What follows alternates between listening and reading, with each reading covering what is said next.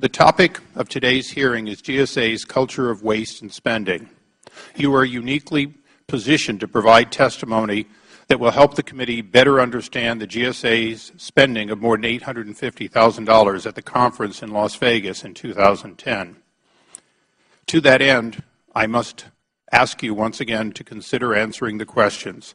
So, if you'll bear with me. Mr. Neely, what is your title at GSA? Mr. Chairman, on the advice of counsel, I respectfully decline to answer based upon my Fifth Amendment constitutional privilege. Documents obtained by the Inspector General indicate that Mr. Neely was aware that his actions were inappropriate. In one email, Mr. Neely invited personal friends to the conference, writing, and I quote, and this is simply incredible, quote, "We'll get you guys a room near us, and we'll pick up the room tab. Could be a blast." End of quote.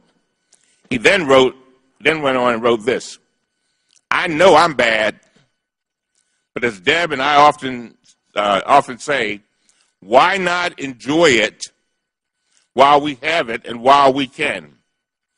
Ain't going to last forever." End of quote. Well, Mr. Neely, it stops now. I am extremely aggrieved by the gall of a handful of people to misuse federal tax dollars, twist contracting rules, and defile the great name of the General Services Administration.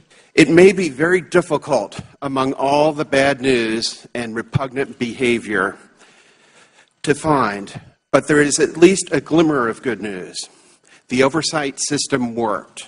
We may be the last resort for protecting taxpayer dollars and unfortunately catching the fraud, waste, and abuse after the money is spent. More needs to be done to establish early warning systems, and that is why Acting Administrator Tangerlini and I reminded GSA employees to alert us as soon as they see anything wrong.